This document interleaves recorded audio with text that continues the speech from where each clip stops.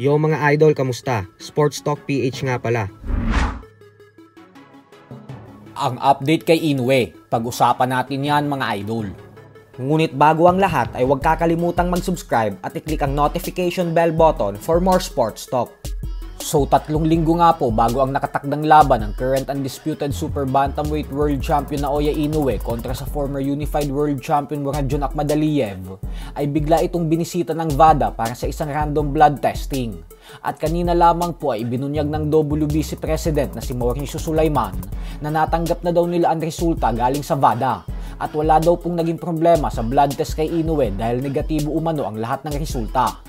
Isang patunay lamang umano ito na isang malinis na fighter talaga ang binansagang halimaw ng Japan at natural ang lakas at talento nito pagdating sa ibabaw ng lona. Kabaliktaran po sa mga agam-agam ng ibang mga boxing fans na tila may ginagamit na di umanong pinagbabawal na gamot si Inoue kung kaya't laging knockout ang sinasapit ng kanyang mga katunggali. Bukod dyan ay binunyag din ni Inoue sa kanyang latest interview na napakalaki umano ng naitulong sa kanya ng ating pambato na si former 2 Division World Champion Marlon Tapales sa training camp na ito. Paliwanag ni Inoue na binigyan daw siya ng mga payo at impormasyon ni Tapales kung paano talunin si Akhmadaliev at gagawin niya daw talaga ang mga sinabi sa kanya ni Tapales lalo pat ito palang umano ang bukod tanging nag-iisang fighter na nakagawang makatalo kay Akhmadaliev.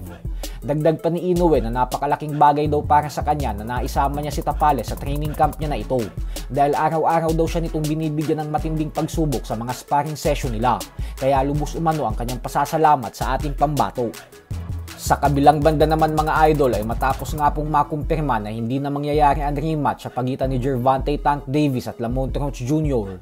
nang dahil sa mas piniling harapin ni Davis ang YouTuber boxer na si Jake Paul para sa isang exhibition fight na nakatakdang ganapin sa November 14, ay agad nga pong nagsalita ang former 5 Division World Champion Floyd Mayweather Jr. kung saan hinamon nito si Roach na labanan ang kanyang bagitong alaga na si undefeated prospect Carmel Moton para sa isang world title fight.